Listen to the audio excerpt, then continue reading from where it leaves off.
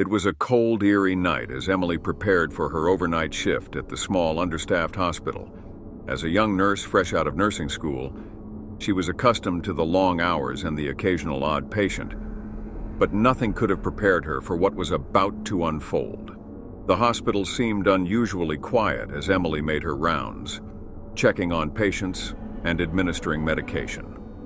The fluorescent lights flickered ominously, casting long shadows down the empty corridors. Despite her best efforts to shake off the feeling of unease, Emily couldn't shake the sense of being watched. Around midnight, Emily received a call from the front desk, informing her that a new patient had been admitted, a man with severe injuries from a car accident. She made her way to the emergency room, where the patient was being prepped for surgery. As Emily assisted the doctors, she couldn't help but notice the man's piercing gaze. His eyes seemed to follow her every move, sending a shiver down her spine. She quickly brushed off the sensation, attributing it to the stress of the situation. Hours passed, and Emily found herself alone in the quiet hospital once again. She busied herself with paperwork, trying to keep her mind occupied. But as the night dragged on, a sense of dread settled over her like a suffocating blanket. Suddenly, the lights flickered and went out, plunging the hospital into darkness.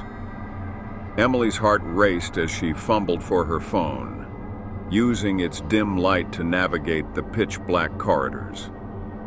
She could hear the faint sound of footsteps echoing in the distance, growing closer with each passing second.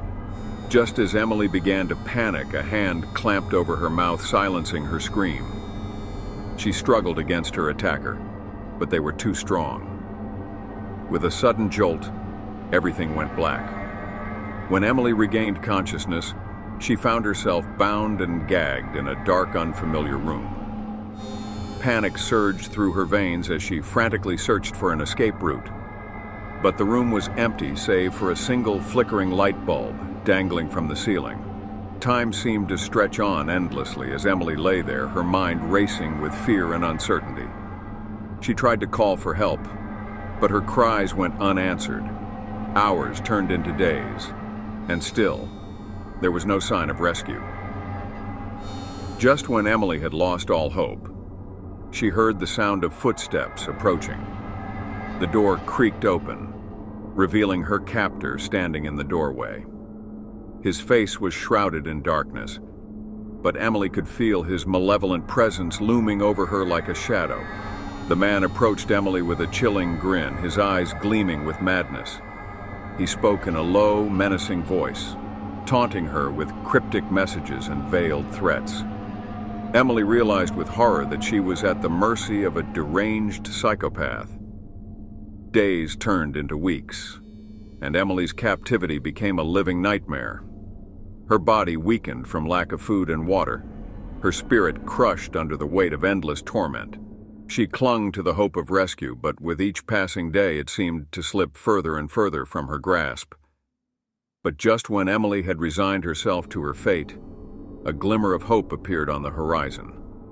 A team of police officers stormed the building, their shouts echoing through the darkness. Emily's heart soared as she heard their approach, knowing that salvation was finally within reach. As the officers burst into the room, Emily felt a surge of relief wash over her. She was free at last, rescued from the clutches of her captor. But as she looked into the eyes of her saviors, she knew that the horrors of that night would haunt her for the rest of her days. For Emily, the ordeal was finally over. But for the young nurse, the scars of that night would never fully heal. And as she looked back on her time at the hospital, she couldn't help but wonder if she would ever truly be safe again.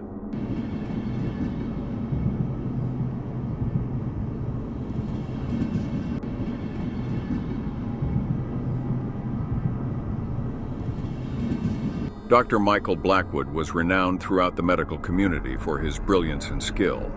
His reputation as a brilliant surgeon preceded him, and patients from far and wide sought his expertise. But beneath his polished exterior lurked a dark secret.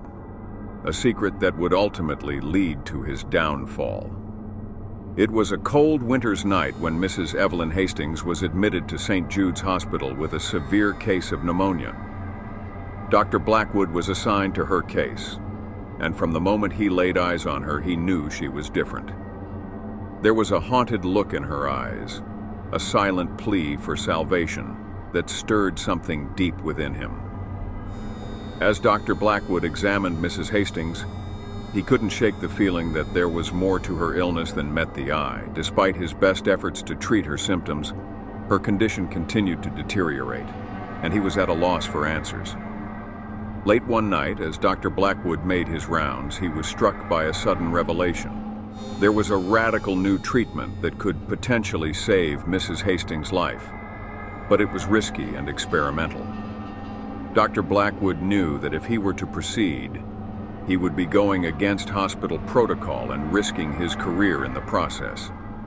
But the temptation was too great to resist. Dr. Blackwood concocted a plan to administer the experimental treatment to Mrs. Hastings without the knowledge or consent of his colleagues. He rationalized his actions by convincing himself that he was acting in the patient's best interest, that he alone held the power to save her life. Under the cover of darkness, Dr. Blackwood sneaked into Mrs. Hastings' room and administered the treatment. For a brief moment, he allowed himself to believe that he had succeeded, that he had defied the odds and saved her from the brink of death. But as the days passed, it became clear that something had gone horribly wrong. Mrs. Hastings' condition worsened with each passing hour, her body racked with agonizing pain. Dr. Blackwood's desperation grew as he struggled to contain the fallout from his reckless actions. In the dead of night, as Mrs. Hastings lay on the brink of death, Dr. Blackwood made a fateful decision. He knew that he could not risk the truth coming to light, that his career and reputation hung in the balance. With a heavy heart and trembling hands, he administered a lethal dose of medication, ending Mrs. Hastings' suffering once and for all.